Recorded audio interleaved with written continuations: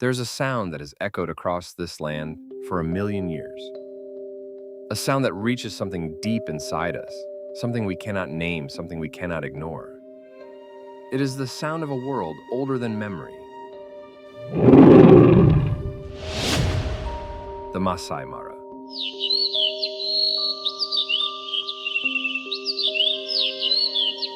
1.5 million hectares of open savanna in southwest Kenya.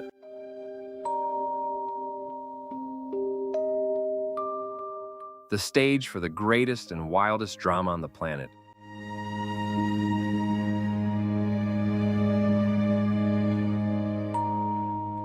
The grasslands here are among the most productive on Earth.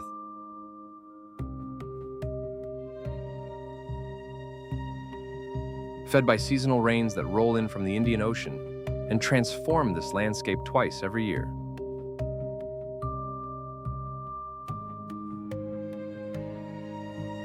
When the rains come, the Mara exhale.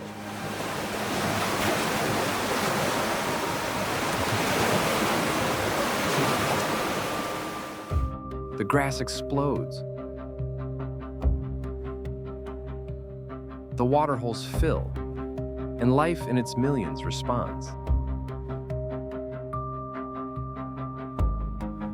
Every creature here has a role.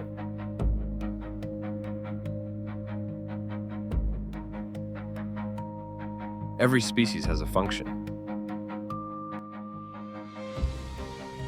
Remove one thread and the whole fabric begins to loosen. The Mara endures because here the threads still hold.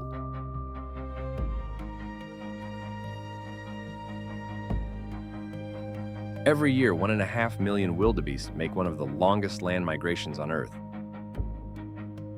Following the rains in a great clockwise loop between Tanzania's Serengeti and Kenya's Mara. And then they reach the river.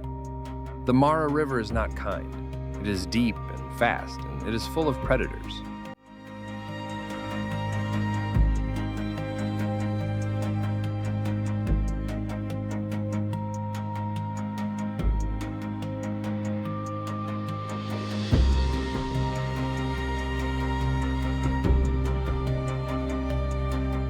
But the grass on the other side is green. Hunger is a more powerful force than fear. Once it begins, there is no stopping it.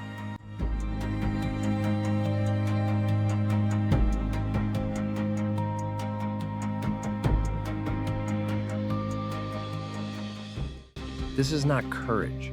This is compulsion, the ancient, unstoppable engine of survival.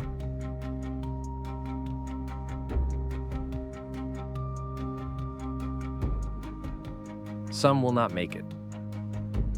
That is the brutal arithmetic of the migration.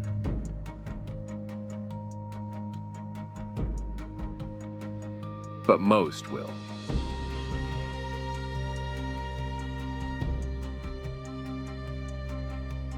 And in the survival of the many lies the survival of the species, a deal written in the DNA of every animal that has ever walked this plain.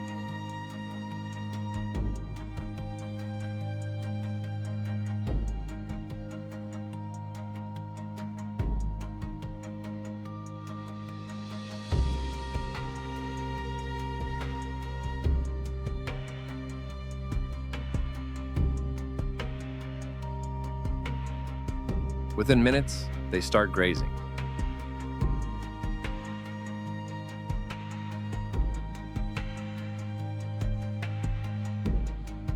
The terror of unkind Mara River is already forgotten.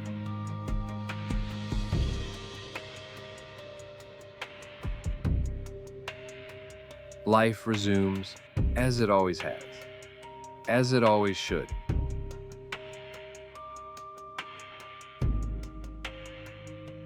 The migration feeds everything, and for the Mara's predators, the arrival of the million wildebeest is the season of plenty.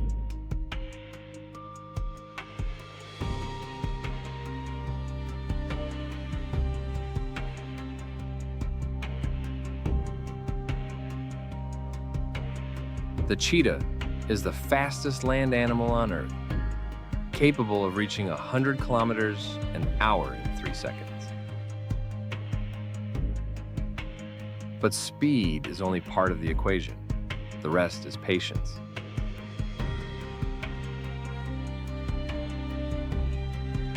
She has been teaching these cubs for months how to read the wind, how to stay low, how to wait for the moment that cannot be forced.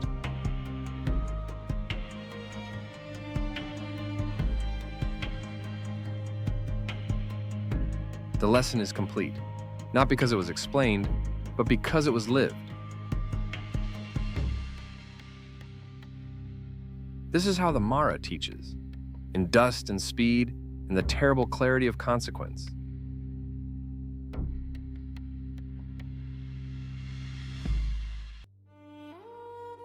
For a cheetah, winning the hunt is only half the battle.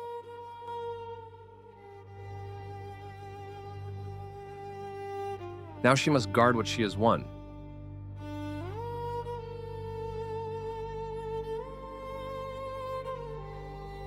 In the Mara, nothing goes to waste, and no meal is guaranteed. The Mara does not belong only to its animals. For centuries, it has been the homeland of the Maasai, a people whose culture, whose identity, whose very name is written into this landscape.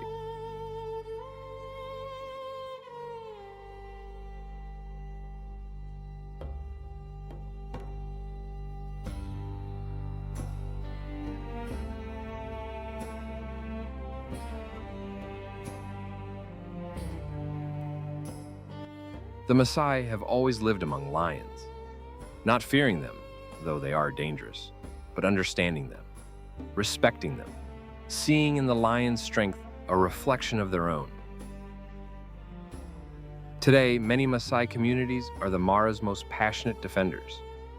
Their knowledge of this land, passed down through generations of living inside it, is irreplaceable. No satellite, no algorithm can match what a man who grew up reading these plains already knows.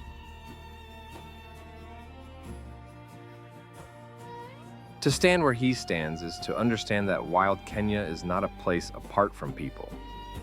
Never has been.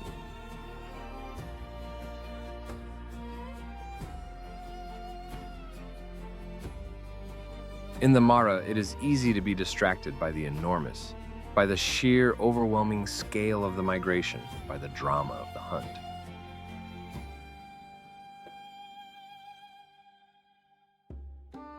But the Mara rewards those who look more carefully.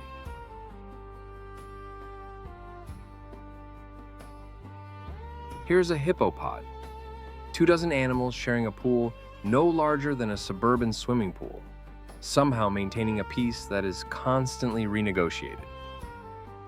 And here's a baby elephant, discovering with great seriousness that a trunk is not as straightforward as it looks.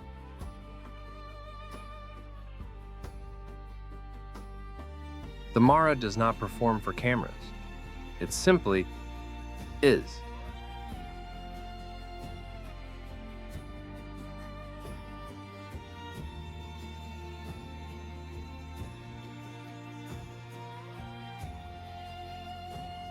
And in being itself, it is more than enough.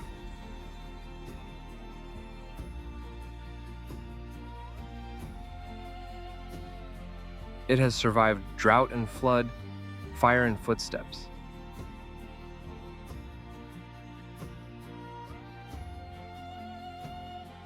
It has survived because life here is stubborn, beautiful, and endlessly resourceful.